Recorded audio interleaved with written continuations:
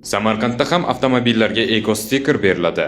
O'zbekistonda avtotransport vositalarining atrof muhitga ta'sirini kamaytirish maqsadida joriy etilayotgan eko-stiker tizimi Samarqand viloyatida ham amal qiladi.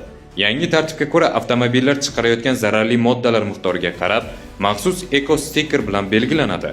Bu tizim kelgusida ekologik zonalarni joriy etish, havo ifloslanishini kamaytirish hamda harakatni tartibga solishda xizmat qiladi. Nizom talablari quyidagi transport vositalariga tatbiq etilmaydi.